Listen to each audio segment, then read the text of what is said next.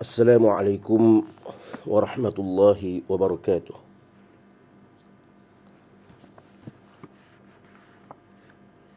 Alhamdulillahi rabbil alamin wal aqibatu lil muttaqin wala udwana illa 'alal zalimin. Wassalatu wassalamu ala asyrafil anbiya'i wal mursalin wa ala alihi wa sahbihi wa man ihtada bihadiyatihi wastana bisunnatihi ila yaumiddin. Qala rabbi shrah li sadri wa yassir li amri wahlul 'uqdatam min lisani yafqahu qawli.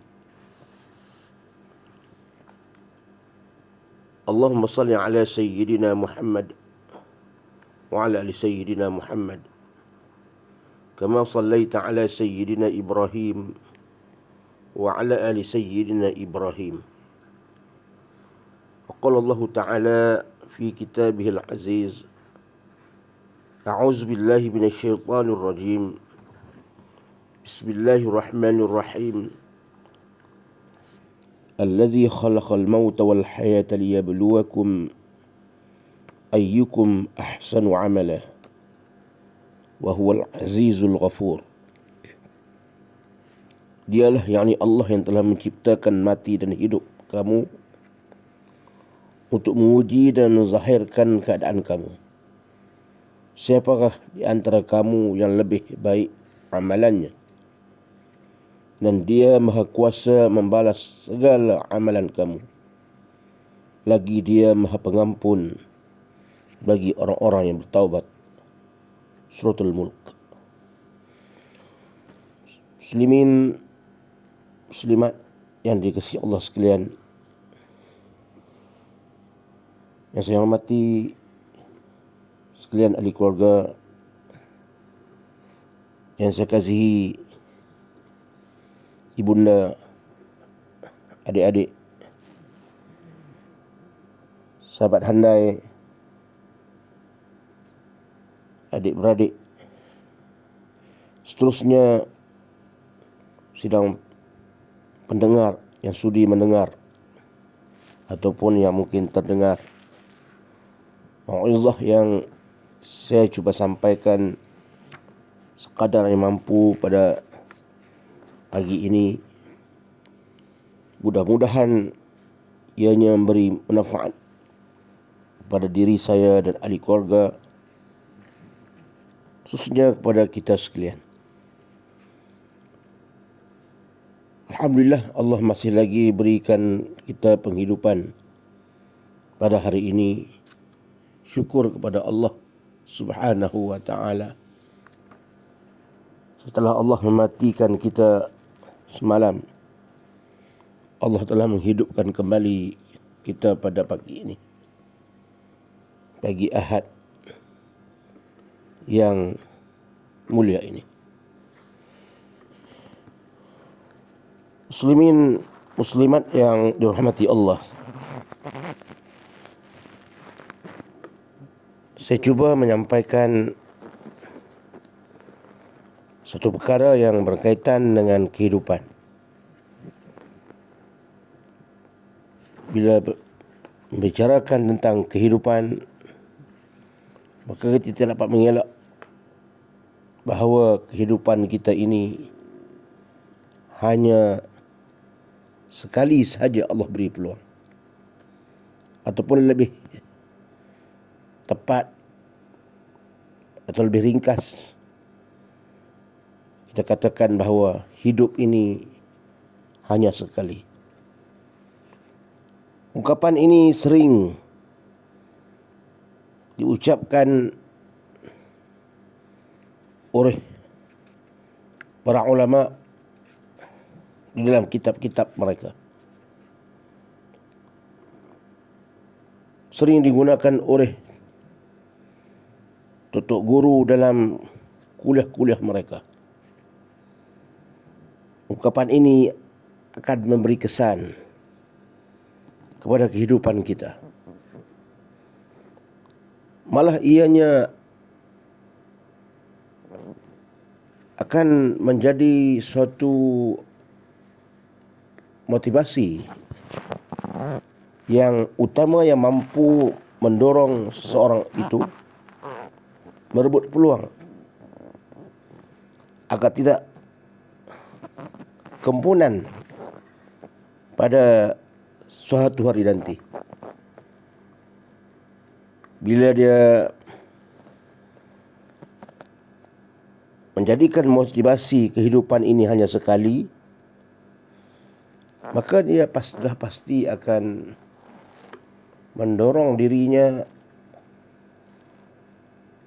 dia merebut peluang agar ia tidak rugi pada suatu hari nanti. Karena kehidupan ini hanya sekali. Tidak 2 kali, tidak 3 kali. Sekali Allah berikan pada setiap manusia kehidupan ini. Itulah yang dapat kita gambarkan hakikat maksud pepatah ungkapan yang selalu disebutkan oleh para ulama. Hidup ini hanya sekali.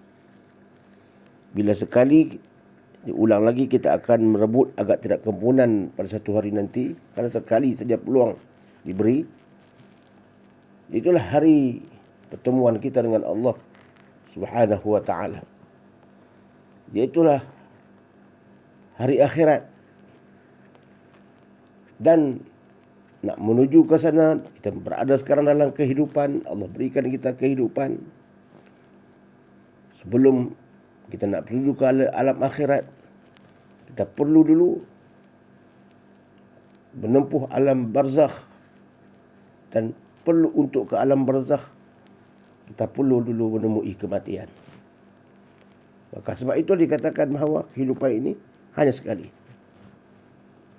Tidak ada orang yang mati itu mana dia akan kembali ke rumah. Sekali saja kehidupan. Bila kita dikebumikan, dan jika seseorang itu dikebumikan, maka itulah pengakhiran hidupnya. Kad pengenalannya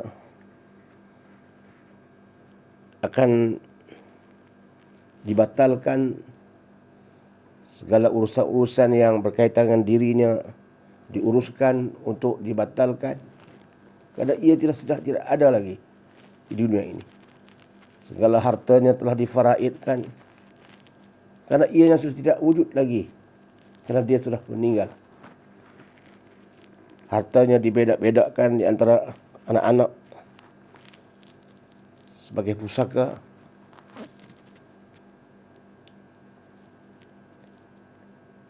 Itulah yang kita akan hadapi nanti.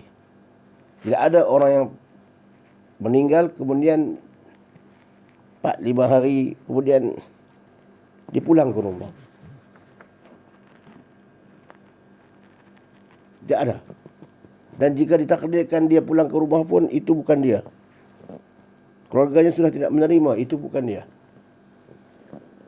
Sebab dia sudah meninggal, tiba-tiba dia pulang. Itu bukan dia. Itu mungkin makhluk yang lain yang datang menyerupainya. Maka dia bukan dia lagi.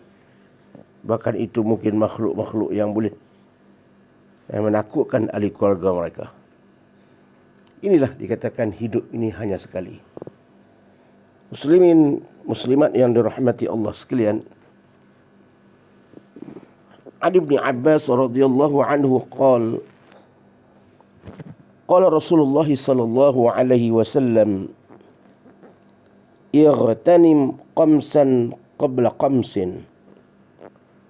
شبابك قبل حرمك وصحتك قبل سقمك وغناك قبل فقرك وفراغك قبل شغلك وحياتك قبل موتك. رواه Al-Hakim. Diriwayatkan oleh Al-Hakim. Maksudnya Nabi SAW bersabda daripada Ibn Abbas radhiyallahu anhu, Nabi bersabda, rebutlah 5 perkara sebelum datangnya 5 perkara. Mudamu sebelum datang tuamu. Sihatmu sebelum datang sakitmu. Kayamu sebelum datang miskinmu. Masa lapangmu sebelum datang masa sibukmu. Hidupmu sebelum datang mati. Wa hayataka qabla mautik. Hidup kamu sebelum datang matimu. Peringatan Rasulullah sallallahu alaihi wasallam ini disebut dalam hadis ini wajar diberi perhatian oleh kita semua. Wajar kita merenung, mengkaji, mengambil iktibar, mengambil panduan pada hadis yang ringkas ini. Tetapi walaupun ringkas, ianya meliputi seluruh kehidupan manusia. Ringkas, tapi dia meliputi seluruh kehidupan manusia. Sepanjang kehidupan manusia, sepanjang hidupnya. Daripada hadis ini, dia merangkumi seluruhnya. Allah dalam masa muda kita, sebelum datang tua,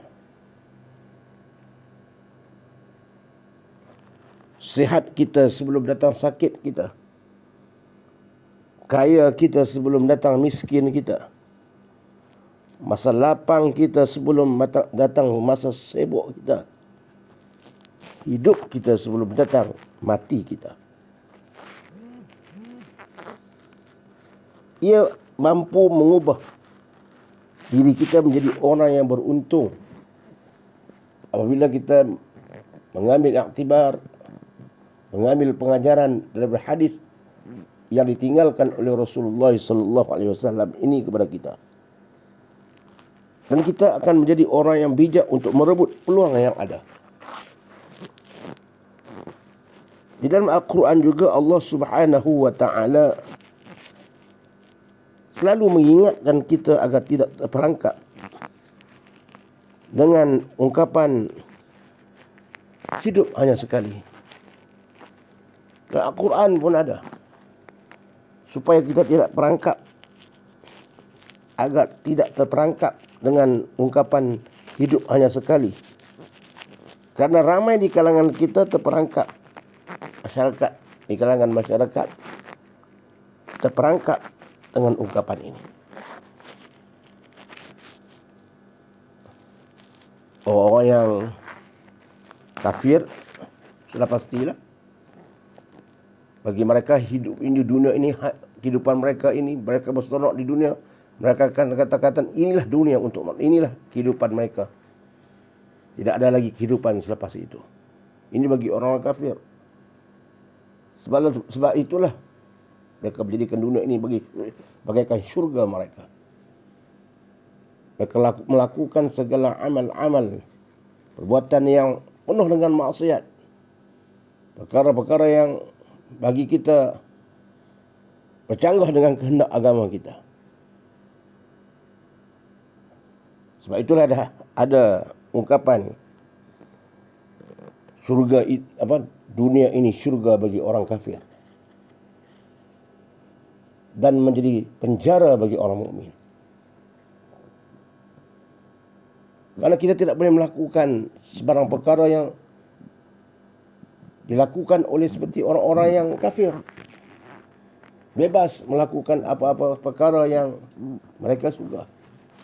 Nak makan apa, nak minum apa, baik yang haram, nak minum apa saja, nak berzina, nak melakukan apa-apa segala-segalanya, rasuah dan sebagainya.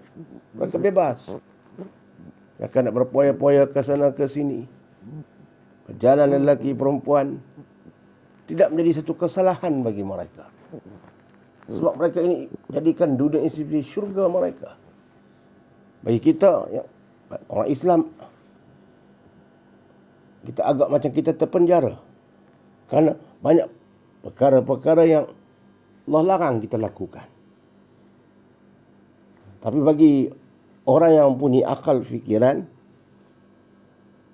orang yang berfikir secara mendalam, apa yang Allah lakukan itu adalah untuk menyelamatkan umat Islam, untuk menyelamatkan hamba-Nya yang beriman kepada Allah.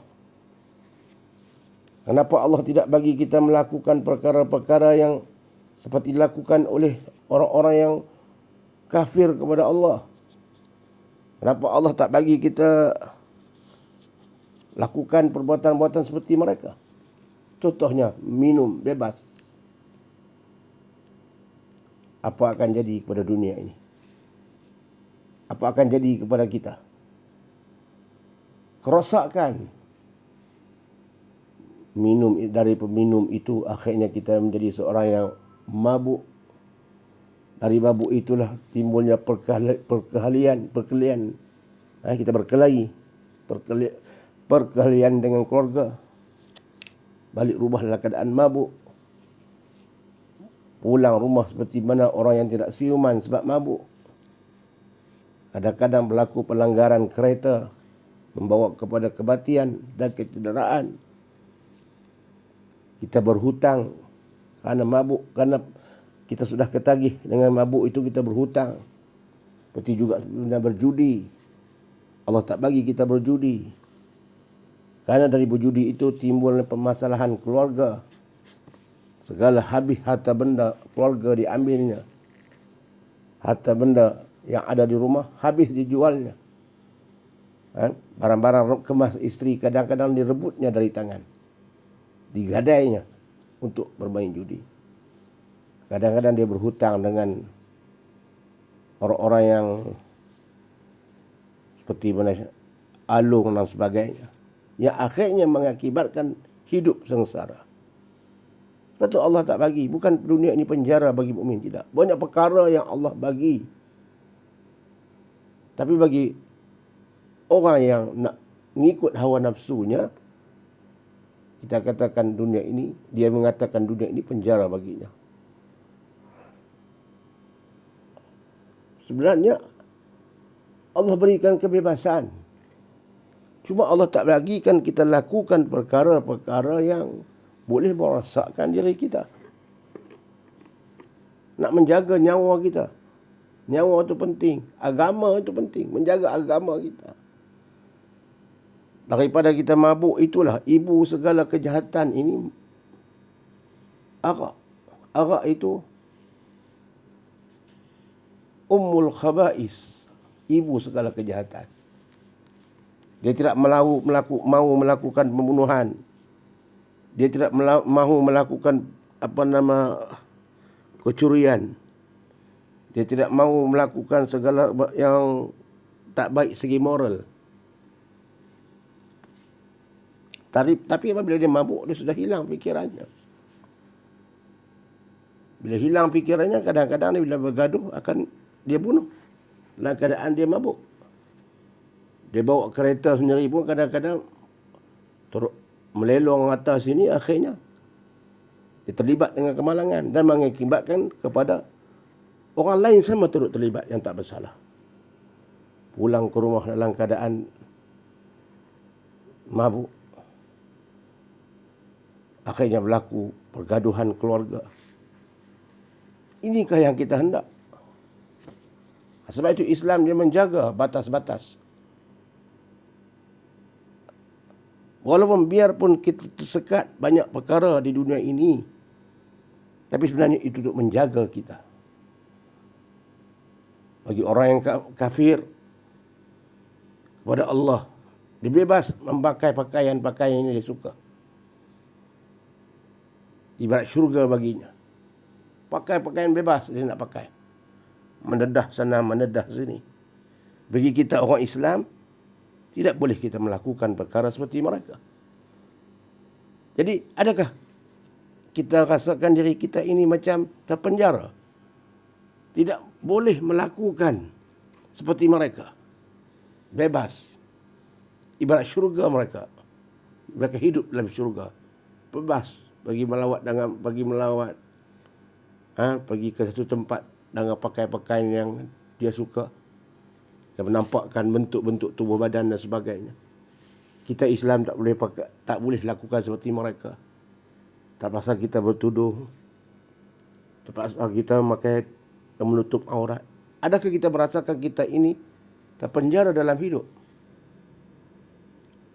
Bagi orang yang mengikut hawa nafsu tanpa menjadikan Al-Quran dan Sunnah itu sebagai panduan, dia merasakan dia tersekat. Bila dia berada dalam Islam, dia rasa dia tak bebas. Tak boleh buka tudung lah bila berjalan.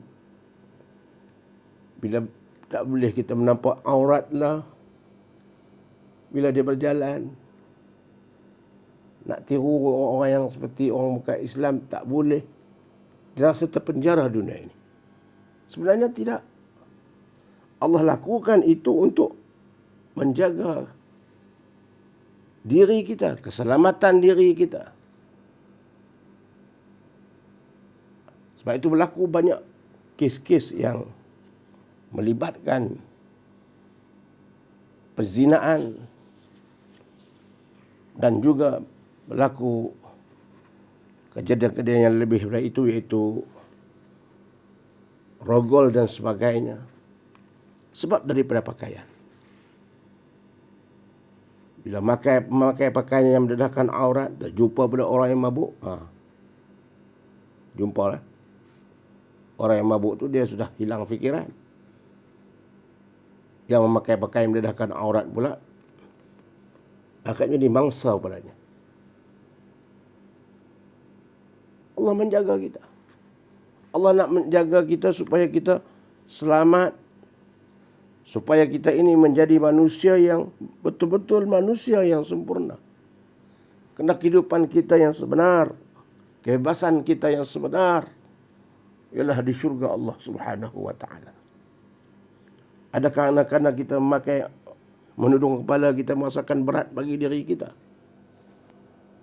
Adakah kerana kita menutup aurat kita rasa bagi berat bagi kita?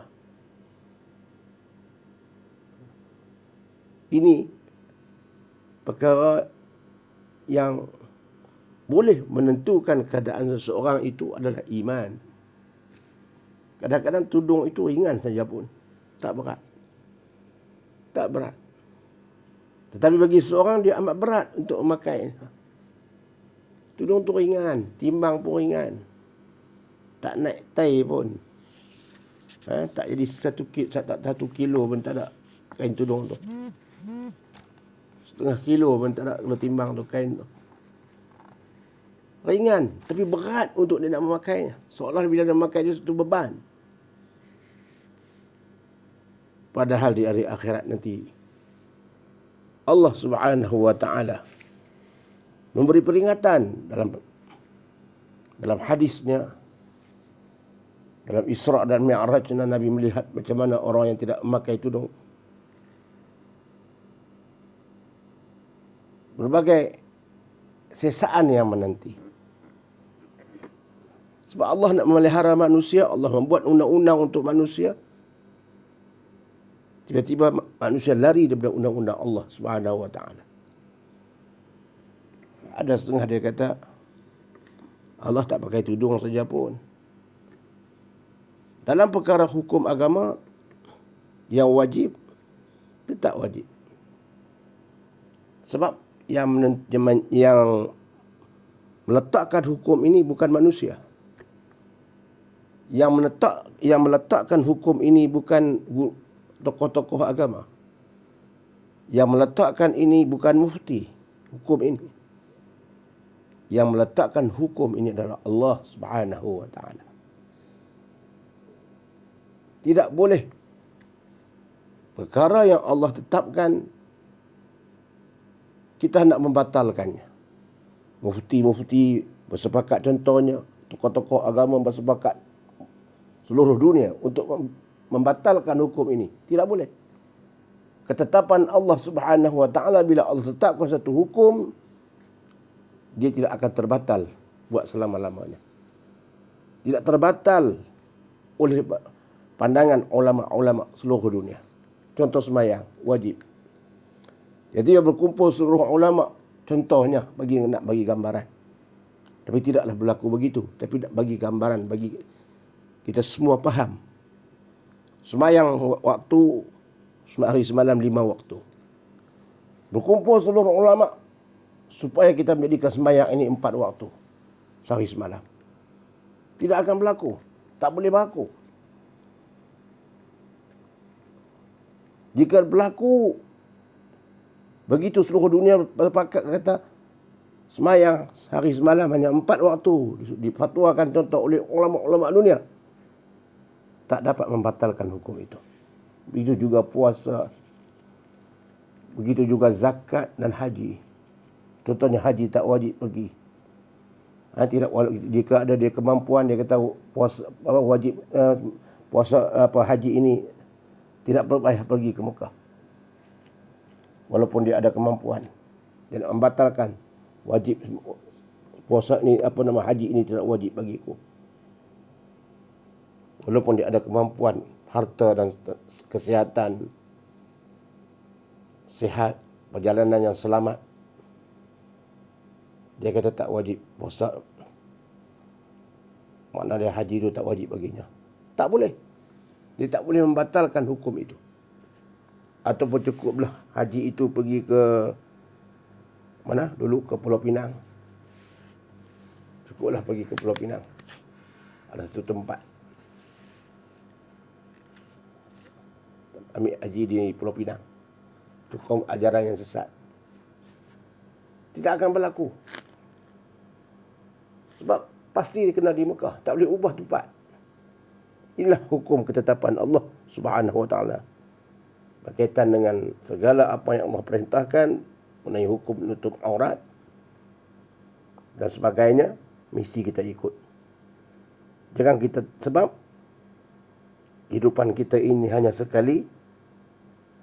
Kita kena faham itu dari maksud yang sebenar. Bukan kita memahami dengan maksud yang sebaliknya. Bila kita kata hidup hanya sekali, lakukanlah apa saja. Hidup kita cuma sekali. Buatlah apa pun yang kita buat. Sebab selepas ini tidak ada hidup lagi. Tidak ada kebebasan lagi. Tidak ada lagi perkara yang boleh kita buat bila kita mati. Lakukan apa yang kita hendak. Buatlah apa yang kita suka. Sebab hidup ini hanya sekali. Berseronoklah kita. Kerana peluang hidup ini hanya sekali. Jangan kita terperangkap seperti itu. Bagi kita orang Islam, bila hidup ini hanya sekali, kita isikan kehidupan kita ini dengan benda-benda yang berfaedah. Muslimin muslimat yang dirahmati Allah. Lantaran itulah ada di kalangan kita yang terpengaruh dan terjebak dalam kancah kemaksiatan dengan mengikut hawa nafsu dan keinginan.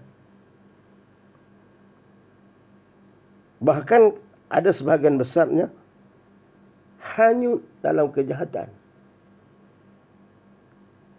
Mengikut hawa nafsu, dia hanyut dalam kemaksiatan hidup. Akhirnya mereka juga rasa bersalah dan menyesal. Karena mereka bertuhankan nafsu dan asyik bergelombang dengan maksiat dan nafsu. Walaupun mereka hidup dalam keadaan terjebak dalam perkara-perkara yang menyeronokkan mereka masa muda mereka, akhirnya akan menyesal bagi orang yang Allah berikan petunjuk pada mereka. Mereka mengubah sikap mereka. Ada kadang-kadang pernah berlaku kisah. Dia sudah hanyut dalam kemaksiatan hampir berpuluh tahun. Akhirnya dia menyesal, bertaubat kepada Allah Subhanahu Wa Taala dengan taubat yang sebenarnya, yakni dengan taubat nasuha. Akhirnya dia hidup hanya cuma 2 tahun atau 3 tahun saja. Dalam dia insaf itu, dia bertaubat, dia melakukan amal kebajikan, dia bertaubat sungguh-sungguh, dia melakukan segala apa yang Allah suruh. Dia sudah melakukan berpuluh-puluh tahun ini sampai dia tua dah, baru dia sedar. Akhirnya dia boleh hidup 3 tahun, Allah bagi peluang kepadanya, akhirnya dia meninggal. Alhamdulillah. Walaupun taubatnya itu di penghujung hidupnya, tapi dia ada kesedaran. Allah sayang kepadanya. Allah beri kesedaran kepadanya ketika ajalnya datang.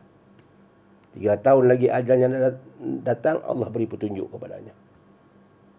Bagi kita bersyukur kepada Allah Subhanahu Wa Taala kerana dia diberi peluang untuk bertaubat dengan kesedarannya sendiri, mungkin daripada sesuatu peristiwa yang berlaku kepadanya, atau ada satu ketukan di pintu hatinya daripada apa-apa yang disampaikan oleh seorang guru kepadanya atau nasihat yang orang berikan kepadanya. Akhirnya dia menyesal. 3 tahun dia beribadat. Hanya 3 tahun dia sempat beribadat. 50 tahun, 60 tahun dia hanyut dalam kemaksiatan. Tapi Allah kata jika seorang manusia itu bertaubat kepada Allah Subhanahu Wa Taala, pintu taubat itu sentiasa terbuka. Itu taubat itu sentiasa terbuka kepada manusia. Pintu taubat itu sentiasa terbuka. Biarlah banyak mana dosanya sekalipun, tapi pengakhiran hidupnya dia bertaubat kepada Allah Subhanahu Wa Taala. Mudah-mudahan taubatnya itu diterima oleh Allah Subhanahu Wa Taala. Dan ada juga orang yang asyik dalam maksiat sampai habis umur. Allah tak bagi petunjuk. Ada. Dia mati dalam keadaan maksiat. Dia rasa itulah kehidupannya. Itulah tujuan hidupnya. Akhirnya dia meninggal dalam keadaan maksiat. Pernah berlaku peristiwa dia meninggal dalam keadaan dia berzina, Mati dalam keadaan bilik bersama pelacur. Pernah berlaku. Daripada kita baca-baca daripada ada akhbar. Mungkin kot tengah-tengah duk melakukan maksiat, jantung, sakit jantung ke apa, meninggal. Mati dalam keadaan maksiat. Orang Islam bila dengar begitu Allah sedih. Orang nak mandikan dia, orang nak pergi sembahyang dia, wajib. Dalam keadaan dia walau maksiat pun, dia mesti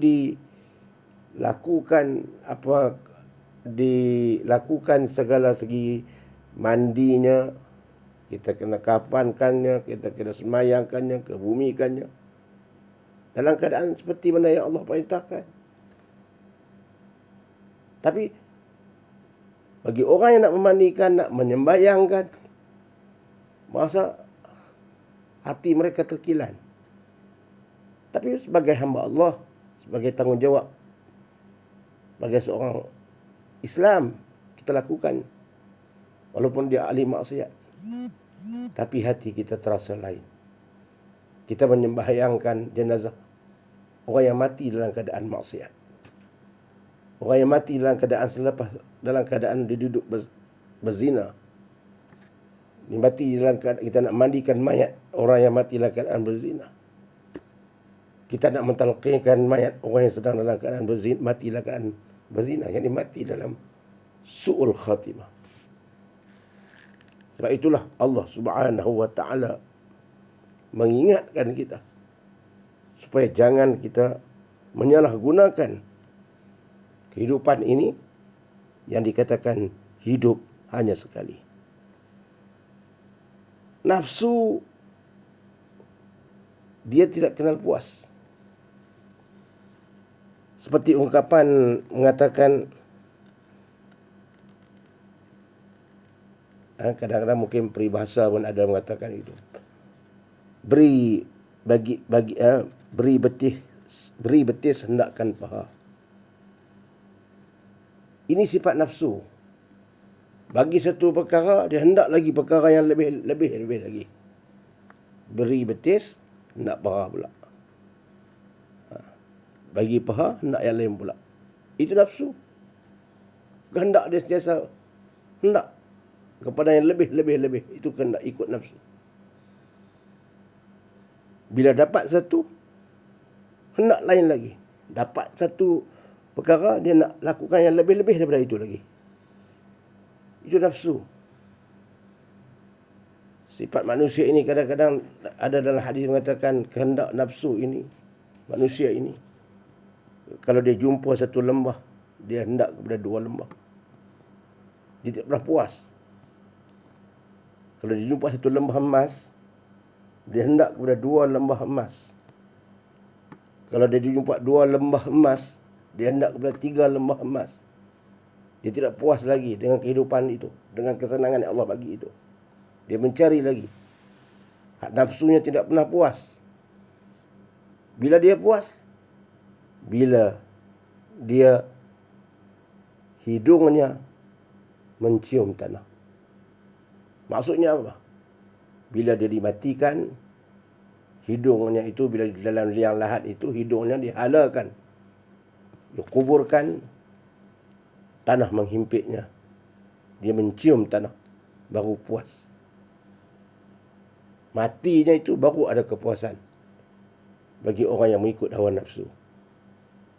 Cium tanah di dalam kubur tu, baru dia puas. Makan tanah. Orang tua kata dulu, makan, orang tua dulu kata, dia tak akan, nafsu ni tak akan puas kecuali dia makan tanah. Baru dia puas. Itu selepas dia duduk dalam kubur. Muslimin muslimat dirahmati Allah sekalian.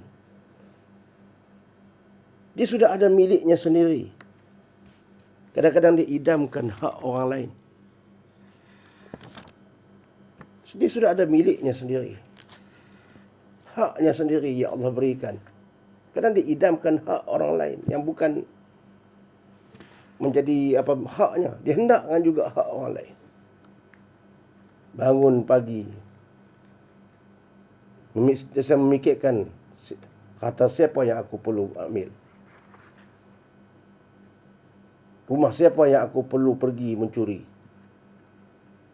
Harta siapa yang perlu aku rampas.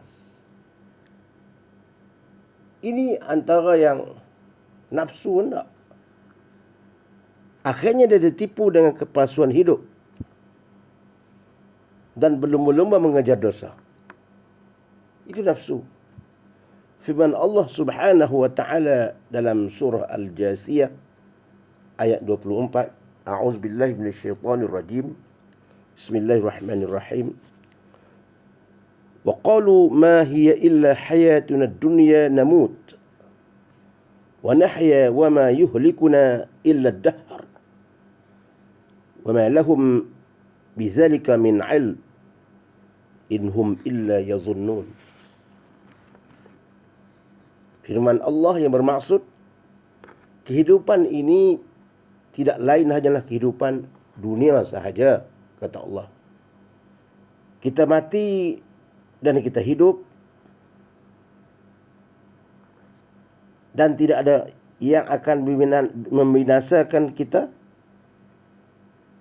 selain masa. Dan mereka sekali-kali tidak mempunyai pengetahuan tentang itu. Mereka tidak lain hanyalah menduga-duga sahaja. Allah Subhanahu wa taala merakamkan dalam ayat ini tentang golongan yang berpendapat hidup ini hanya akan berakhir di dunia ini saja, tanpa ada hari pembalasan dan hisab.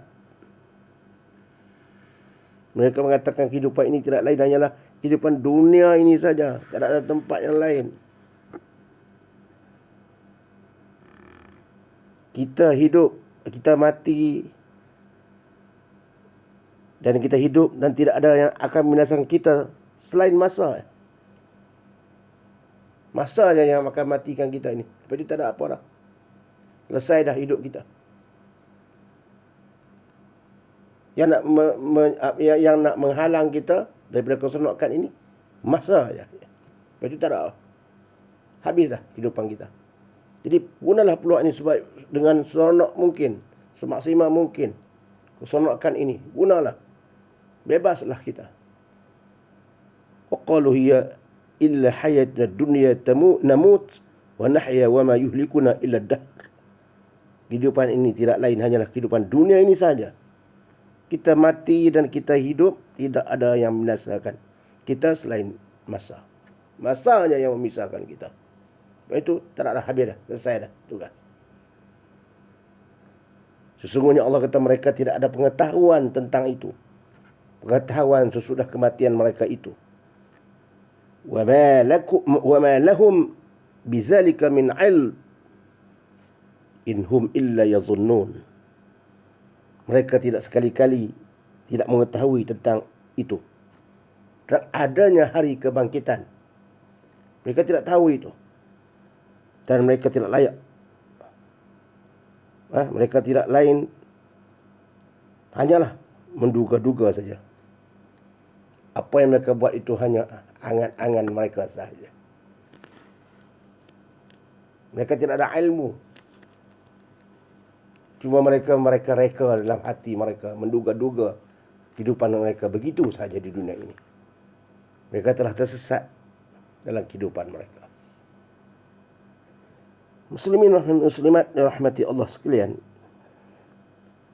justru bebas berbuat apa saja menurut kehendak dan keinginan hawa nafsu itulah yang menyebabkan berlaku kerosakan dalam kehidupan mereka, dalam keluarga mereka,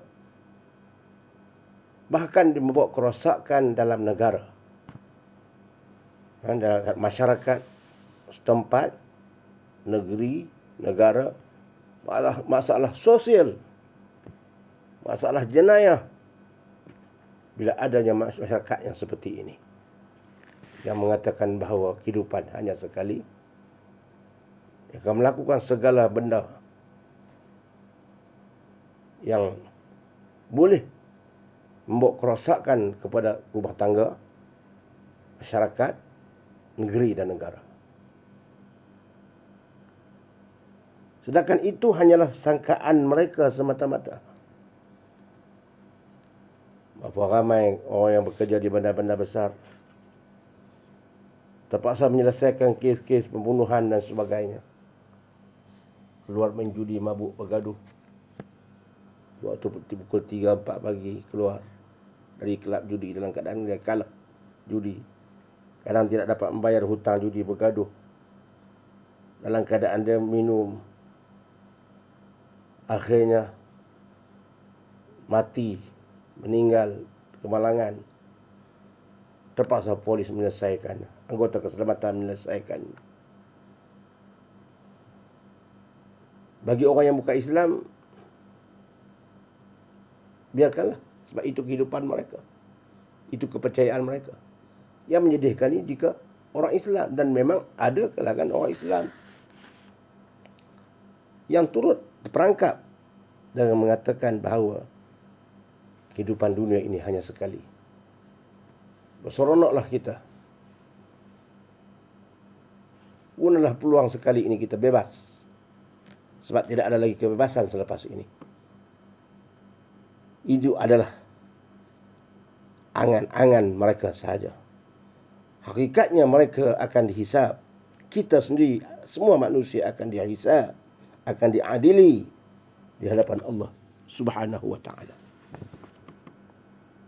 Muslimin muslimat yang dikasihi dan dirahmati Allah sekalian, kedapatan juga di kalangan kita, secara umum, kita ni makna bukan ni, saya cakap secara umum, tidak tuju pada sesiapa. Kedapatan juga di kalangan kita yang menggunakan peluang hidup hanya sekali sebagai bekalan dan modal untuk beramal soleh dengan sebaik-baiknya, dengan sebanyak-banyaknya. Ini yang kita hendak. Dia menggunakan peluang hidup ini hanya sekali sebagai bekalan dan modal untuk beramal soleh. Sekali saja peluang diberi. Tidak ada peluang yang kedua, tidak ada kehidupan yang kedua. Jadi dia gunakan peluang yang sekali ini untuk dia beramal soleh dengan sebaik-baiknya. Peluang kehidupan dunia ini digunakan dengan semaksimal mungkin. Baik harta kekayaannya, kesihatannya, masanya maupun nyawanya, untuk mengaut keuntungan hidup di dunia sebagai bekalan hidup di akhirat kelak. hartanya digunakan, kekayaannya digunakan untuk kebaikan, dengan sedekahnya, dengan zakatnya, dengan membantu orang-orang yang kurang mampu, kerana dia tahu ganjaran yang Allah berikan dan tanggungjawab sosial yang perlu diberikan. Sebab sudah ada kebaikan dalam hatinya, kesuburan iman yang ada dalam hatinya, kesihatannya digunakan untuk kebaikan. Bila dia sihat, melakukan segala perbuatan. Bila dia sihat, dia melakukan segala amal kebajikan. Masanya digunakannya maupun nyawanya untuk untuk mengaut keuntungan hidup di dunia. Nyawanya Allah beri peluang untuk hidup, digunakan untuk mengaut keuntungan hidup di dunia sebagai bekalan hidup di akhirat. Ungkapan hidup hanya sekali dijadikan penggerak dan juga sebagai motivasi hidup. Motivasi hidupnya untuk terus beramal soleh. Dia jadikan kehidupan itu hanya sekali, dia menjadikan itu sebagai motivasi hidupnya untuk terus beramal soleh. Sebab masa bergerak, umur dia sentiasa akan bergerak ke depan. Umur sentiasa meningkat dan tidak pernah patah balik.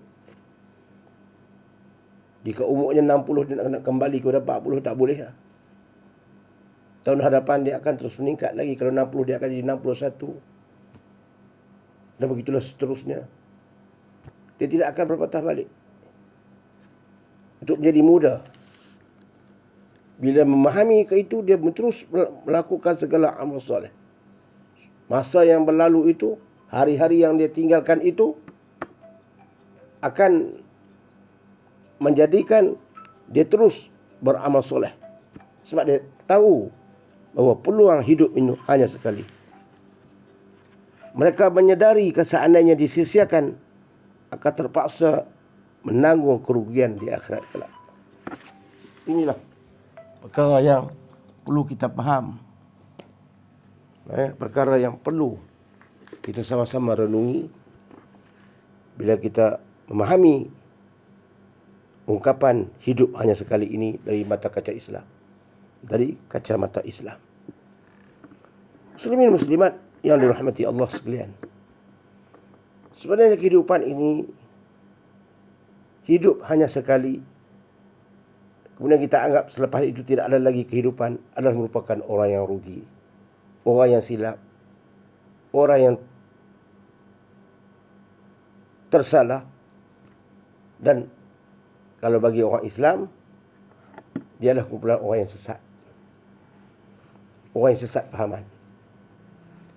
Sebenarnya kehidupan kita ini terus berlaku.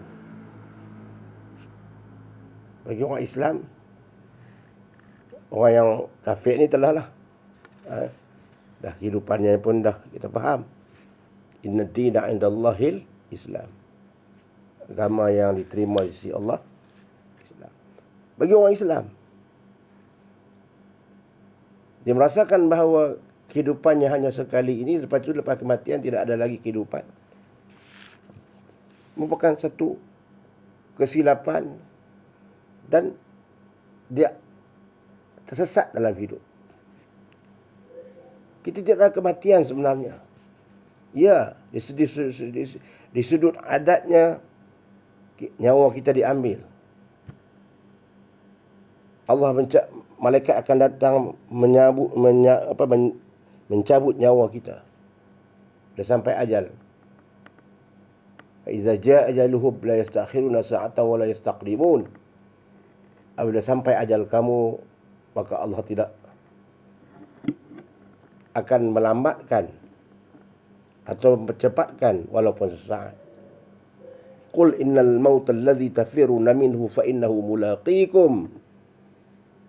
Katakanlah mati yang kamu nak lari daripadanya itu sentiasa mengejar kamu.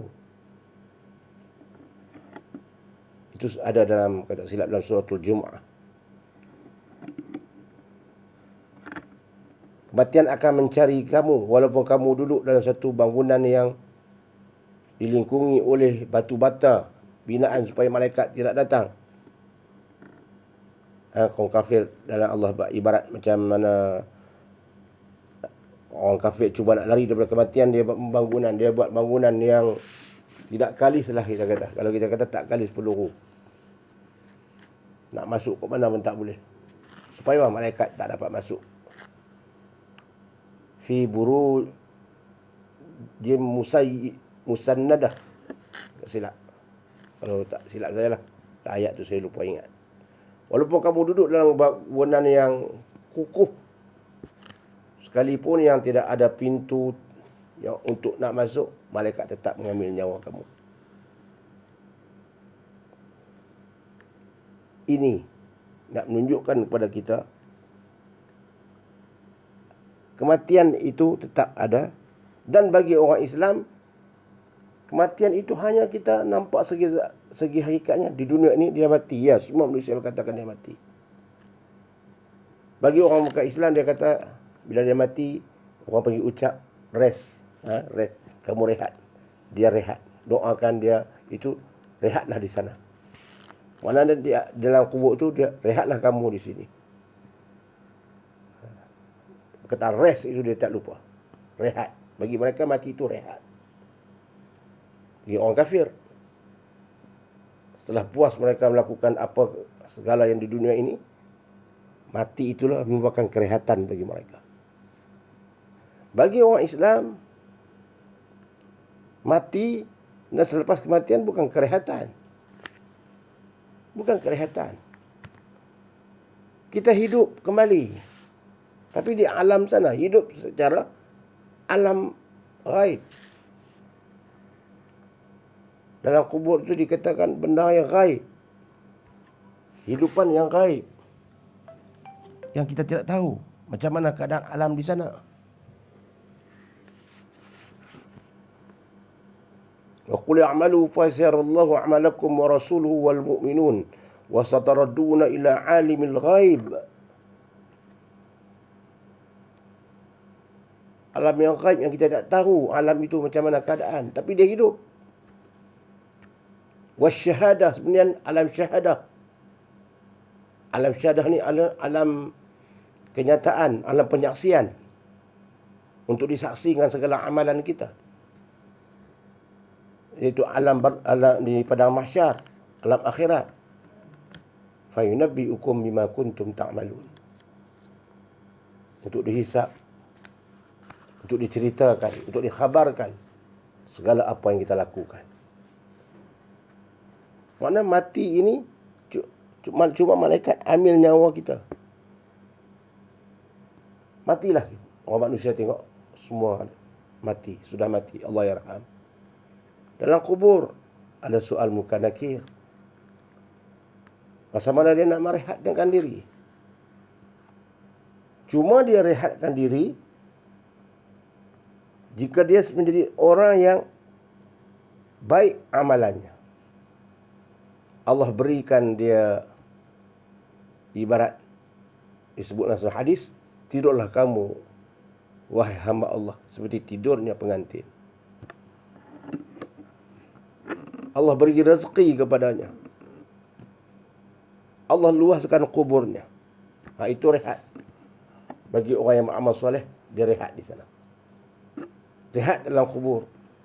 Sebab itu Nabi pun ada pernah berdoa, satu doa, mati itulah merupakan satu kerehatan daripada melakukan kejahatan, dari melakukan perkara tak baik. Antara doa-doa Nabi yang Nabi ajar, jadikanlah mati ini sebagai satu kerehatan daripada melakukan perkara-perkara tak baik. Macam kita hidup ni, masa hidup ni kita bertemu macam-macam benda-benda yang nak mengajak kita ke arah yang tak baik, nak mengajak kita ke arah kejahatan. Bila mati ini kita tak jumpa lagi perkara itu.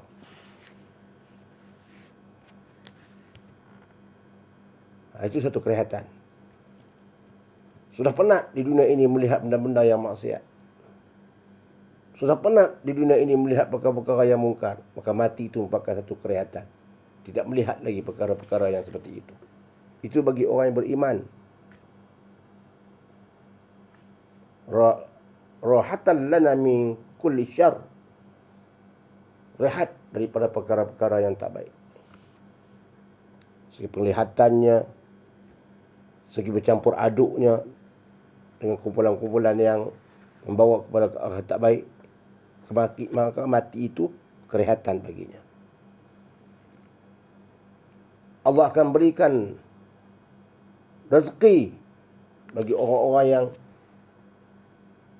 meninggal di jalan Allah Subhanahu wa taala, berjuang di jalan Allah Subhanahu wa taala. Allah berikan penghidupan mereka di sana, di alam barzakh. Tidak ada rehat.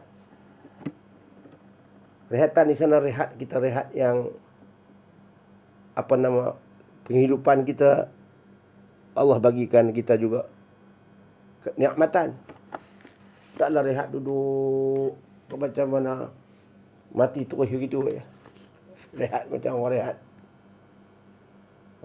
Cuma bagi orang Islam yang beriman, beramal soleh, memang ada kerehatan di sana. Bagi orang yang tak beriman, tidak ada rehat. Dia akan disoal dalam kubur.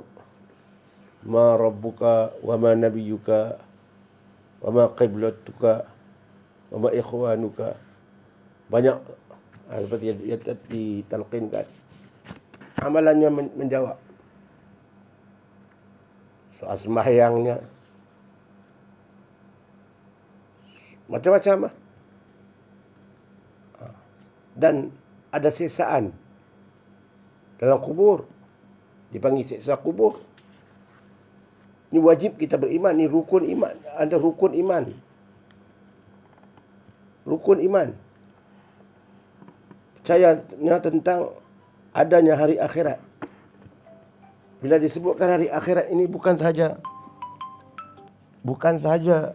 berkaitan dengan pada mahsyar. Bila disebut hari akhirat ini juga alam barzakh, soal kubur, siksaan kubur, itu juga alam ghaib yang perlu kita beriman. Jika seorang itu tidak beriman tentang adanya soalan alam kubur, dia telah terkeluar daripada agama. Dia tak percaya pada soal kubur. Dia hanya percaya pada Allah sediakan syurga neraka itu saja. Soal kubur ni tak nak, bila mati ya. Jika seorang Islam yang beriktikad begitu, maka dia terkeluar dari Islam. Dia kena mengucap kembali. Karena kita beriman pada tugas, kita beriman kepada Allah, Rasul, malaikat. Nak bagi ringkas supaya senang faham. Allah Tuhan yang kita sembah. Allah yang mengaturkan segala-galanya. Allah yang tiada tandingan. Allah yang menjadikan makhluk. Allah matlamat hidup kita. Mencari kedatangan Allah. Kemudian Nabi SAW iman kita kepada Nabi SAW, ajaran Nabi. Kemudian beriman pada hari malaikat. Beriman pada Rasul, dan juga kita beriman pada kitab. Kita beriman pada kitab. Dalam kitab itu Allah sebut. Beriman pada kitab ni, kitab kita Al-Quran. Dan kita bukan saja beriman dengan Al-Quran. Empat kitab itu kita wajib beriman. Kita wajib beriman pada empat kitab yang sekurang-kurangnya kita ketahui. 4 kitab. Kitab Taurat, kita percaya. Injil, Zabur, kitab yang diturunkan kepada Nabi Musa, kepada Nabi Isa, kepada Nabi Daud. Kita percaya. Itu kitab yang wajib kita percaya. Kitab orang Islam. Dan begitu juga kitab-kitab yang lain yang kadang-kadang kita tak tahu sebab mazhab tak wajib kita tahu, tak berdosa dah. Tapi kita tahu ada kitab-kitab lain untuk nabi-nabi yang lain. Tapi kita tidak kita tahu kata ada kitab, tapi kita tak kenal nama-nama kitab itu, tak berdosa. Tapi 4 kitab ini kita wajib kenal. Wajib tahu. Taurat. Bukan maknanya kita wajib baca. Dah, kita tak ada. Kita Taurat ni dah diangkat dah. Injil pun telah diangkat dah. Cuma kita beriman bahawa kitab ini kitab Allah. Taurat, Injil, Zabur. Dan kepada kita, umat Muhammad, Allah berikan kitab Al-Quranul Karim. Maka perlu kita percaya kepada hari akhirat. Apabila kita percaya kepada Allahumma salli ala sayyidina Muhammad, percaya, beriman kepada hari akhirat, dengan sendirinya kita percaya kepada malaikat, tugas-tugas malaikat ini. Bila kita percaya pada rukun iman, di sana disebut kita beriman pada para malaikat, dan tugas-tugas malaikat itu ada tugasnya. Setiap malaikat itu ada tugasnya. Malaikat Jibril apa tugasnya? Mikail apa tugasnya? Muka Nakir ada tugasnya. Wajib kita beriman. Di dalam kubur ada tugas malaikat-malaikat. Tiba-tiba kita nak menafikan tugas-tugas malaikat ini. Mana seolah-olah kita nak menolak apa yang Allah tetapkan. Ini nak menunjukkan bahawa imannya telah rosak. Allah berfirman dalam Al-Quranul Karim surah Al-Imran, "Wasari'u ila maghfiratin min rabbikum wa jannatin 'arduha as-samawati wal ardh u'iddat lil muttaqin." Dan bersegeralah kamu memohon keampunan dari Tuhanmu. Bersegeralah kamu memohon keampunan dari Tuhanmu dan kepada syurga yang luasnya seluas langit dan bumi yang disediakan kepada orang-orang yang bertakwa. Allah Subhanahu wa taala menyeru dan menyuruh kita agar kita bersegera memohon keampunan kepadanya. Jangan kita berlengah-lengah dan mensia-siakan peluang yang ada. Jangan sampai ajal yang menjemput kita dahulu, sesal dahulu pendapatan, sesal kemudian tidak guna. Jangan sampai ajal datang menjemput kita dahulu, sebelum datang kesedaran, keinsafan. Kerana sesal dahulu pendapatan, sesal kemudian sudah tidak berguna. Muslimin muslimat yang dirahmati Allah sekalian.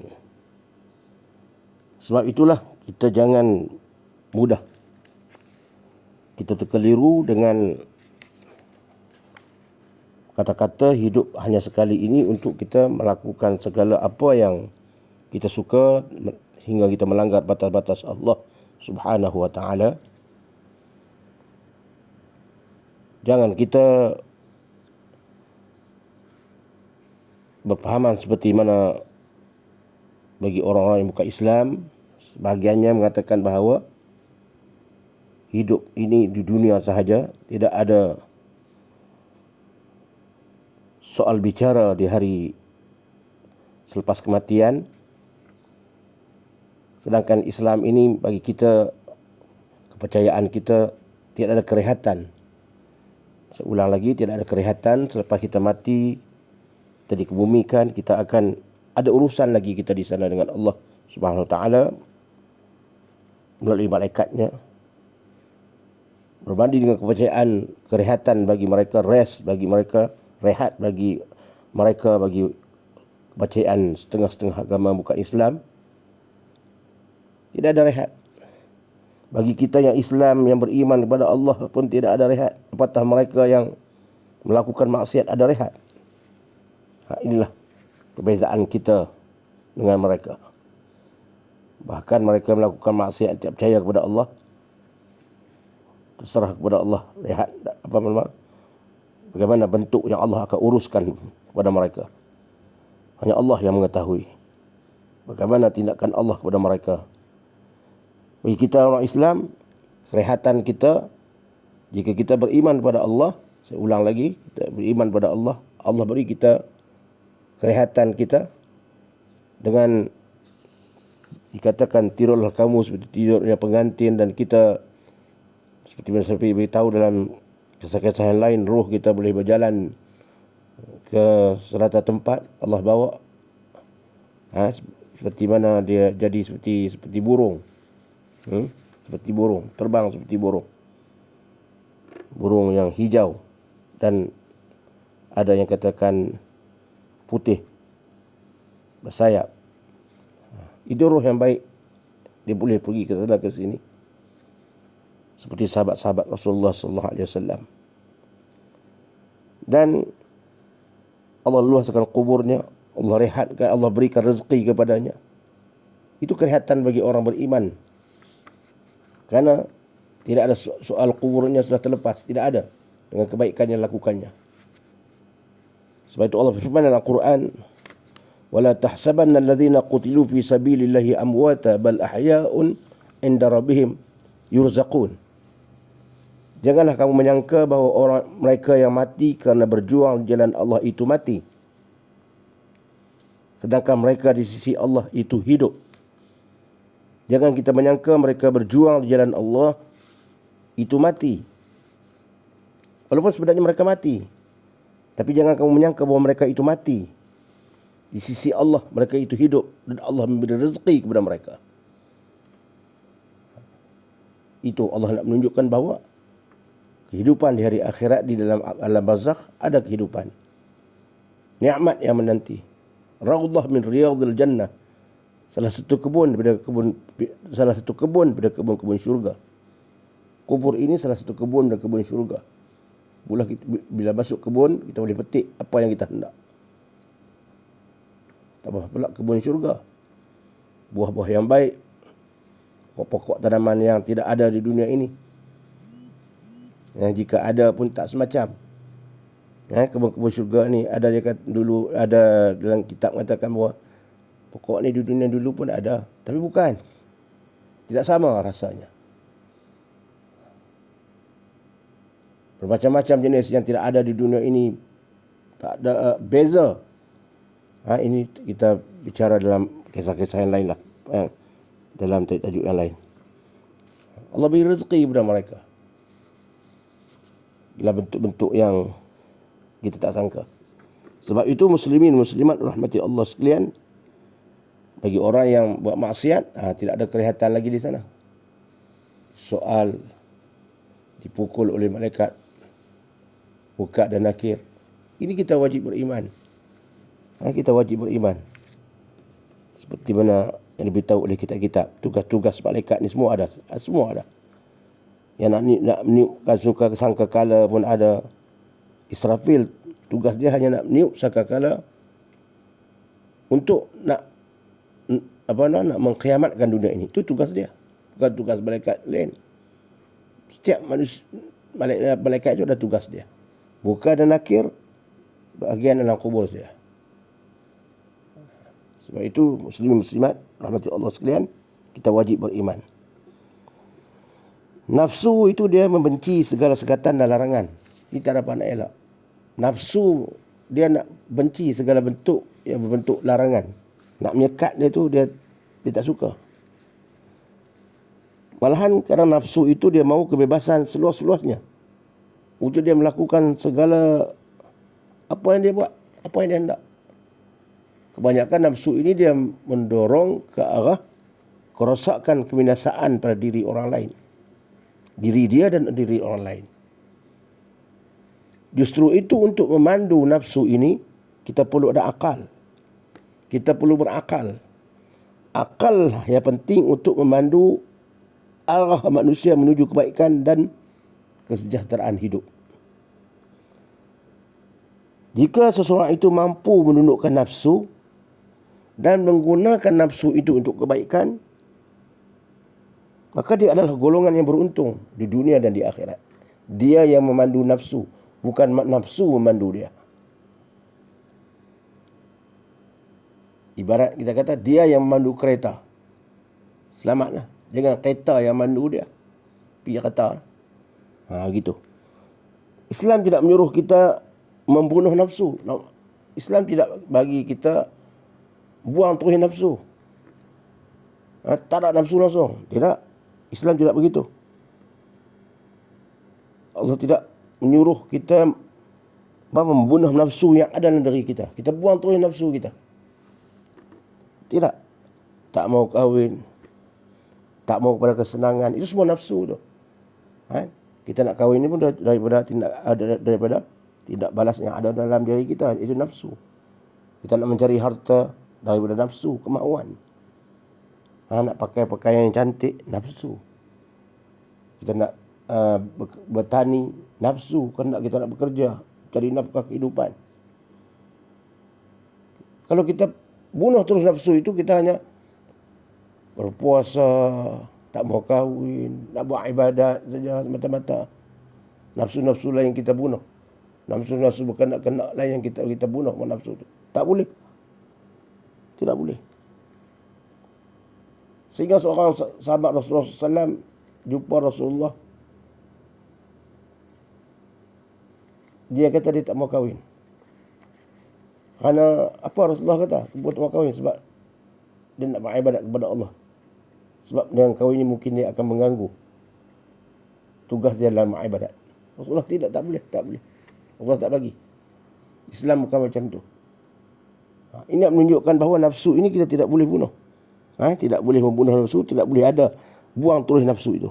Namun Islam mengajar kita macam mana kita nak mengurus dan mendidik nafsu agar patuh dan taat pada perintah Allah Subhanahu Wa Taala.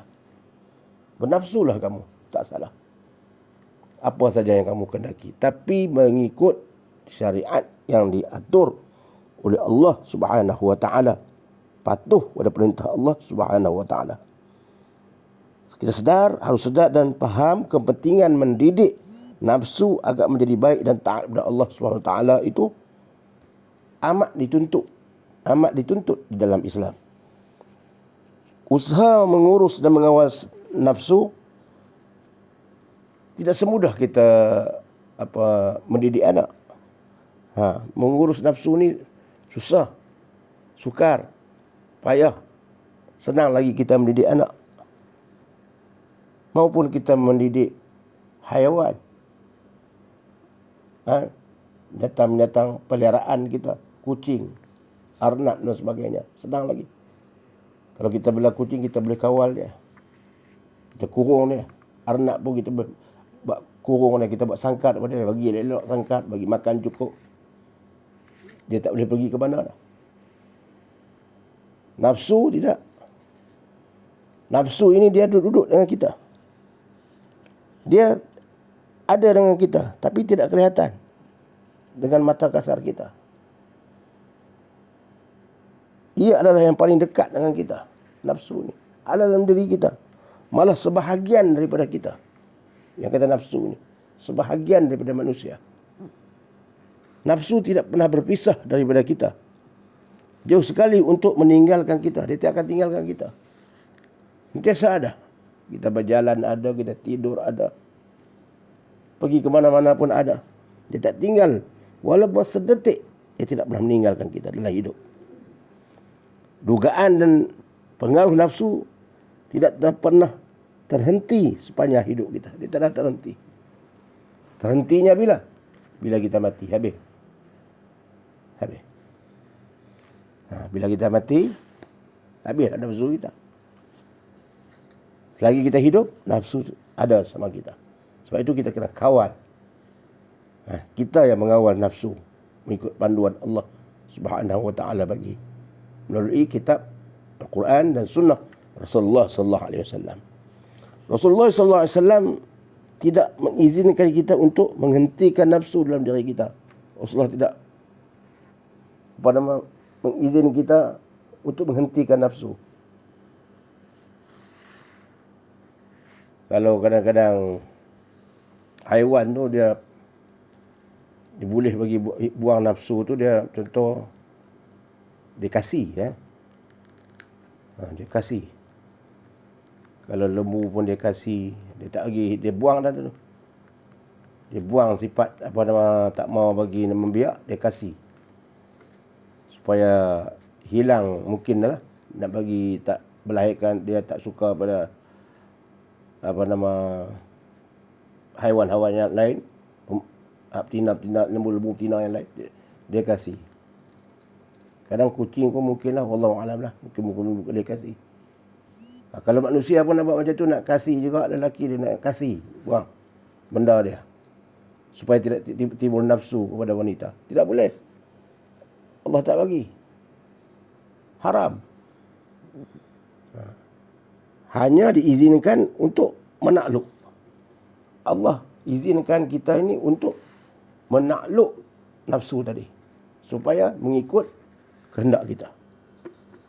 Kegagalan kita dalam mengurus nafsu akan menjadikan manusia rosak kehidupan. Firman Allah Subhanahu wa taala dalam surah Yusuf, a'udzubillahi minasyaitonir rajim. Bismillahirrahmanirrahim.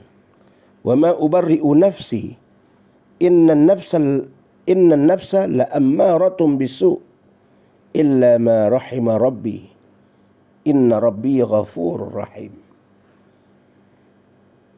Allah berfirman yang maksudnya, dan aku tidak membebaskan diriku dari kesalahan, kerana sesungguhnya nafsu itu selalu menyuruh kepada kejahatan, kecuali nafsu yang diberi rahmat oleh Tuhanku. Ini kata Nabi Yusuf. Sesungguhnya Tuhanku Maha Pengampun lagi Maha Penyayang. Ini menunjukkan bahawa nafsu itu tidak boleh kita hilangkan. Cuma kita boleh mengawalnya. Nafsu mestilah kita asuh dia agar tunduk menurut ajaran Islam yang dibawa oleh Nabi sallallahu alaihi wasallam. Oleh itu, sesiapa yang lebih mengutamakan nafsu daripada kerakusan akal dan kewarasan akal, dia lebih mengutamakan nafsu daripada kewarasan akal, akan membawa kepada ketidakkesempurnaannya dalam agama. Nafsu mengatasi akalnya, maka dia akan kesempurnaan hidupnya akan berlaku. Ketidaksempurnaan dalam hidupnya akan berlaku. Sebab dia dikawal oleh nafsu. Akalnya telah tenggelam. Akalnya telah kalah. Kehidupan beragama akan menjadi pincang dan tidak terurus bila nafsu menguasai dirinya. Porak-poranda kehidupannya, rumah tangganya, bila nafsunya tidak diurus dengan baik. Sebab itu, kita mujahadah, kita berjihad melawan nafsu, tidak tertanggung oleh seseorang kecuali orang itu punya tahap keimanan yang kuat. Berjihad melawan nafsu ini kadang-kadang tidak ditanggung oleh seseorang itu, kecuali dia mempunyai tahap keimanan yang kuat terhadap Allah Subhanahu wa taala dan Rasul. Sebagai tanda cintanya kepada Allah Subhanahu wa taala, kita mestilah mengutamakan tuntutan dan suruhan Allah daripada kehendak nafsu serta kehendak peribadi yang zahir dan batin. Jika kehendak nafsu kita itu melanggar syariat Allah, kita batalkan. Kita lawan, mujahadah. Walaupun runtunan nafsu itu hendak, tapi jika melanggar syariat, jangan kita ikut. Memang runtunan itu ada, nafsu kehendak, nafsu ada, tarikan nafsu itu ada. Tapi kita kembali kepada Allah, ingat kepada Allah, maka insya-Allah Allah akan beri bantuan kepada kita. Sebab itu muslimin muslimat rahmati Allah sekalian,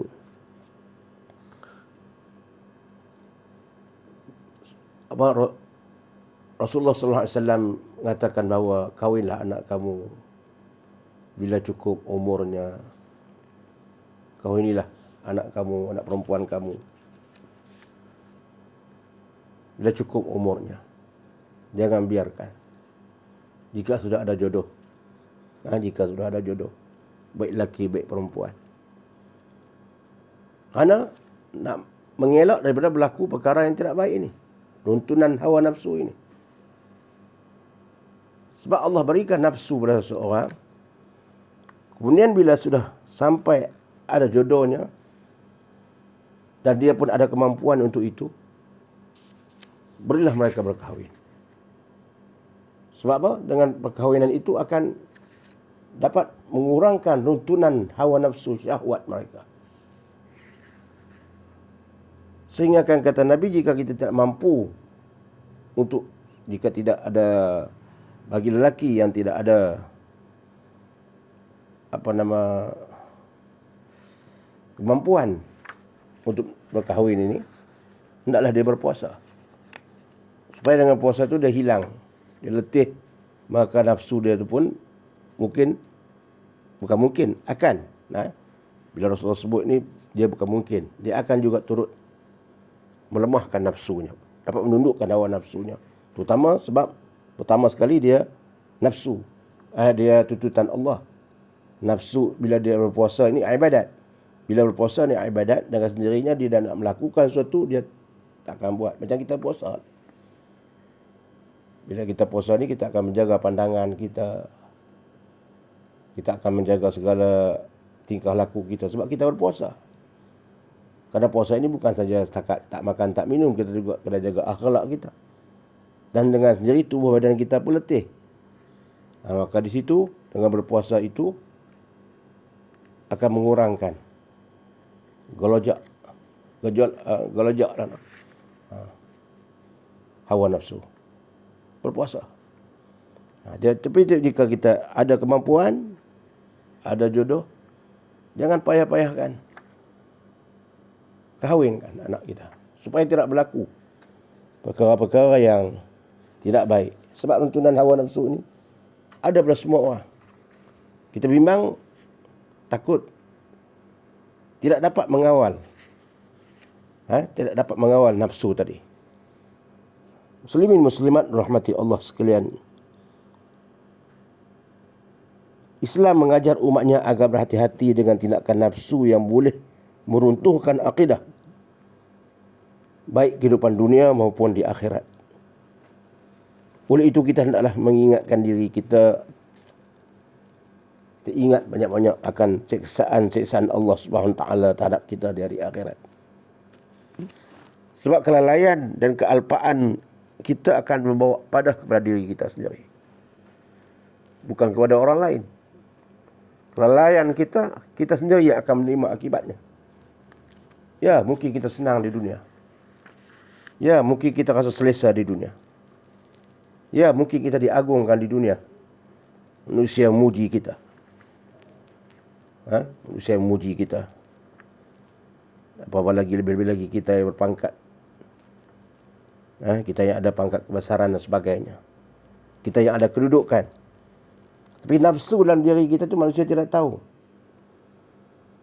Nafsu yang ada dalam diri seseorang itu manusia tidak tahu. Allah pandang. Baik nafsu apa bukan nafsu syahwat saja. Nafsu kehendak kepada satu perkara yang tak baik sehingga menzalimi orang lain, nafsu juga. Orang tak nampak niatnya yang tak baik, dari nafsu juga. Niat itu pun datang tribun dari nafsu. Niat yang tidak baik, menjatuhkan kawan dengan cara yang tidak baik, niat untuk nak merosakkan satu perkara yang sudah elok pada tak elok. Semua itu Allah pandang tanpa mengira kedudukan. Asalkan dia manusia, dia tetap dihitung di hadapan Allah. Di hari akhirat sama saja. Nak tahu kata sama, kita pergi ke Mekah, kita lihat sama pakaian. Nak tahu kata sama kita di dunia ini tanpa ada beza, lihat ketika kematian. Sama cara pengurusan jenazahnya. Sama cara kuburnya, keluasan kuburnya sama. Tidaklah kubur orang yang berpangkat itu kuburnya luas. Tidaklah orang yang pangkat itu kuburnya tanah yang lain. Tanah yang sama. Dibungkus dengan kain putih yang sama. Tidak ada sutera, kain sutera. Tidak ada bantal di sisinya. Sebab mungkin dengan pangkat kebesarannya, mungkin dia letakkan bantal dalam kuburnya. Tidak. Tanah itulah yang menjadi bantalnya. Tetap dia mencium tanah. Tetap keluasan kuburnya yang sama. Sebab itu tidak ada beza di antara kita di dunia ini. Tidak ada beza. Yang membezakan kita ini sebab sifat hawa nafsu yang ada dalam diri kita. Sehingga kita menjadikan manusia ini bertaraf. Kadang-kadang ada jarak di antara kita. Ya, pangkat kebesaran, kedudukan sistem ada kedudukan. Ini pangkat ini, pangkat ini, pangkat ini. Tidak menjadi satu kesalahan. Yang menjadi kesalahannya ialah dia menggunakan pangkat kebesaran itu untuk melakukan kerja-kerja yang tidak baik. Amalan-amalan yang boleh menjuruskan diri kepada manusia, menindas manusia, melakukan kezaliman kepada manusia. Ini dimaksudkan menggunakan nafsu tadi, dia mengikut hawa nafsunya. Kita lihat gambar-gambar filem-filem lama dulu. Mana-mana pembesar-pembesar, mana-mana rakyat yang tak mengikut, mana-mana penduduk kampung yang tak mengikut kehendak dia, apa yang berlaku kepada penduduk kampung itu? Kan diusirnya dari kampung, bahkan dibunuhnya. Mana-mana perempuan yang dia ingin, diambilnya, dikawinnya, walaupun tanpa keredaan ayah dia, keredaan perempuan itu sendiri, diambil saja. Sebab apa? Sebab dia mempunyai kedudukan. Dia menggunakan hawa nafsunya untuk dia menindas orang-orang yang di bawahnya. Ini berlaku. Sejarah ini berlaku zaman-zaman silam. Zaman sebelum tu lagi. Sebelum kita tu baru tahun 60-an, 70-an. Tahun 40-an. Macam-macam yang kita dengar dalam sejarah-sejarah. Muslimin muslimat rahmati Allah sekalian. Firman Allah Subhanahu wa taala akhirnya, saya akhiri dengan firman Allah Subhanahu wa taala. وَمَنْ أَعْرَضَ عَنْ ذِكْرِي فَإِنَّ لَهُ مَعِيشَةً ضَنْكًا وَنَحْشُرُهُمْ يَوْمَ الْقِيَامَةِ أَعْمَى. Dan barang siapa yang berpaling dari peringatanku, Allah kata. Peringatan Allah, di mana peringatan Allah? Dalam Al-Quranul Karim. Di mana lagi peringatan Allah? Dalam hadis Nabi sallallahu alaihi wasallam. Maka sesungguhnya baginya penghidupan yang sempit. Fa inna lahu ma'isyatan dhanka. Dhanka ini mana? Sempit. Maka baginya penghidupan ma'isyatan dhanka, penghidupan yang sempit. Siapa berpaling dari peringatanku, maka baginya penghidupan yang sempit. Dia hidup dalam keadaan susah, resah, gelisah. Allah tak bagi ruang kebebasan kepadanya, keluasan dalam hidup ni, rasa seronok dalam hidup. Dia rasa walaupun dia punya kemudahan yang cukup, harta yang cukup, tapi Allah bagi keresahan. Resah hidup, tak bahagia hidup. Kadang-kadang untuk nak mendamaikan jiwanya, terpaksa dia pergi melawat ke luar negeri, ke tempat-tempat peranginan, nak menenangkan fikirannya. Itu pun tidak menenangkan juga. Ada kadang-kadang terpaksa makan ubat-ubat yang tertentu. Pada kesah. Dia dicengkam oleh perasaan kehidupan yang sempit. Kadang-kadang hidup dalam keadaan, makna sempit ni kadang-kadang hidup yang susah. Dia mencari rezeki, tapi rezeki tidak datang kepadanya. Rezeki jauh daripadanya. Sebab apa? Dia berpaling dari peringatan Allah Subhanahu wa taala. Jiwanya resah, kadang-kadang dia mencari rezeki dalam keadaan rezeki tidak datang kepadanya. Dan di akhirat nanti lagi Allah kata, aku akan menghimpunkan dia pada hari kiamat dalam keadaan buta. Wal'iyazubillah. Di akhirat nanti dia kiamat, dia hidup dalam keadaan buta, a'ma. Allahumma salli ala sayyidina Muhammad. Sambung ayat ini lagi. Kalau tak silap saya, wa nahsyuruhu yaumal qiyamati a'ma. Qala lima hasyartani a'ma. Dia bertanya kepada Allah, kenapakah ya Allah kau bangkitkan kami dalam keadaan buta? Wa qad kuntu basira. Sedangkan di dunia dulu kami dapat melihat. Dunia dulu kamu celak, dunia dulu kami celak. Kenapa engkau bangkitkan kami pada hari di padang mahsyar ini dalam keadaan buta? Qala kadzalika atatka ayatuna fadasitaha wa kadzalika al-yawma tunsa. Allah jawab. Allah kata, dulu aku beri peringatan kepada kamu di dunia, tapi kamu lupa. Kamu mengabaikannya. Kamu tidak menghiraukannya peringatan aku itu. Aku berikan kepada kamu Al-Quran. Aku utuskan kamu pada Rasul Muhammad sallallahu alaihi wasallam. Dan begitu juga kepada setiap-setiap umat. Aku berikan kepada kamu Rasul. Kamu mengingkari ajaran Rasul. Pada hari ini kamu telah akan dilupakan. Kamu lupa ajaran Rasul, maka di hari akhirat akulah yang aku lupakan kamu. Aku bangkitkan kamu dalam keadaan buta. Allah tak peduli kita dah. Kita Rasul datang kepada kita, kita tak peduli. Macam kita buta mata, tak melihat kebaikan yang dibawa oleh Rasul, ajaran yang dibawa oleh Rasul, kita abaikan.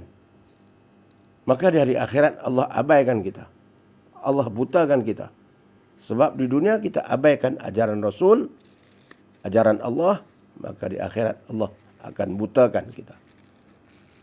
Butakan penglihatan kita. Ini sebab itu kita jangan kita mengabaikan ajaran Allah Subhanahu wa taala dalam kehidupan kita. Hindarilah kita dari segala perbuatan amalan yang boleh menjerumuskan kita ke arah nafsu yang boleh binasa kita, yang boleh membinasakan kita. Kenalilah dengan mata hati dan iman yang hakiki untuk melihat peluang-peluang kehidupan, peluang-peluang kehambaan kepada Allah Subhanahu wa taala. Mudah-mudahan Allah Subhanahu wa taala akan beri kita kebaikan, akan beri kita kedudukan, Allah memberi kita keampunan dalam kita bermujahadah melawan kehendak hawa nafsu yang mendorong ke arah tak baik ini. Sebab itu dalam mengawal hawa nafsu ini perlu kita panduan Allah, dekatkan diri dengan Allah Subhanahu wa taala. Akhirnya saya akhiri mau'izah ini dengan firman Allah. A'udzubillahi minasyaitonirrajim. Bismillahirrahmanirrahim. Wa amma man khafa maqama rabbih wa nahaa an-nafsa 'anil hawa fa innal jannata hiyal ma'wa. Surah An-Nazi'at ayat 40 dan 41. Adapun orang yang takutkan keadaan ketika ia berdiri di mahkamah Tuhannya untuk dihitung amalannya, serta ia menahan diri dari menurut hawa nafsunya, maka sesungguhnya syurgalah tempat kediamannya. Orang yang takutkan keadaan dia berdiri di mahkamah Tuhannya di padang mahsyar, dia takut keadaannya macam manalah keadaannya ketika itu. Semasa hidup ni pun dia berfikir dah, macam manalah keadaan aku ketika aku dibangkitkan di padang mahsyar untuk dihitung segala amalannya, serta ia menahan diri dari menurut hawa nafsu. Serta kehidupan dia ini dia tahan diri dari melawan hawa nafsu. Dia tahan hawa nafsu dia dan melawan hawa nafsu dia. Yang nak mengajak dia ke arah tidak baik itu. Dia mujahadah. Maka Allah kata sesungguhnya orang ini syurgalah tempat kediamannya. Ini janji Allah. Innaka la tukhliful mi'ad. Sesungguhnya Allah tidak sekali-kali memungkiri janjinya. Hanya sekadar itulah yang dapat saya sampaikan. Mudah-mudahan kita semua mendapat kebaikan daripada apa yang disampaikan ini, termasuk diri saya, lebih-lebih lagi ahli keluarga saya, anak-anak, adik-adik, ibunda, dan seterusnya muslim-muslimat yang sudi mendengar. Mudah-mudahan kita sekaliannya Allah berikan kedudukan yang baik di akhirat nanti. Cukup sekadar itu, segala yang baik daripada Allah Subhanahu wa taala. Yang lemah, yang salah adalah daripada kelemahan, kefakiran ilmu yang ada pada saya. Saya mohon maaf jika terkasar bahasa. Aqulu qawli hadza wa astaghfirullahal azim li wa lakum. Wassalamualaikum warahmatullahi wabarakatuh.